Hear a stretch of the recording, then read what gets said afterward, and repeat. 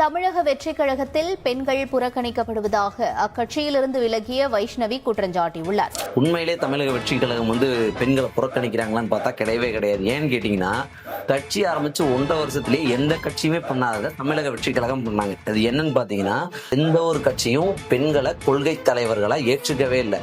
ஆனா தமிழக வெற்றிக் கழகம் பாத்தீங்கன்னா 1.5 வருஷத்திலேயே 5 கொள்கை தலைவர்கள்ல 2 பேர் பெண்கள், வேலுநாச்சியார் மற்றும் அஞ்சலையம்மாள். இது எந்த கட்சியுமே பண்ணல, நம்ம தமிழக வெற்றிக் கழகம் மட்டும்தான் பண்ணிருக்கு. கட்சி வளர்ச்சிக்கு முக்கியமான பொறுப்பு அடையாள அட்டை வழங்குதல், உறுப்பினர் சேர்க்கை, இதையுமே மகளிர் அணிக்கு தான் கொடுத்துருக்கு. அது மட்டும் இல்ல, எல்லா கட்சியிலையும் பெண்கள் அணி, அதாவது மகளிர் அணி இருப்பாங்க பேருக்குன்னு. அது எப்ப தெரிய வரும்னா, பெண்களுக்கு ஏதாவது ஒரு அநீதி நடக்கும் போதோ இல்ல அவங்களுக்கு ஏதாவது பிரச்சனை வரும்போதோ அவங்க எல்லாரும் சேர்ந்து போராட்டம் பண்ணுவாங்க.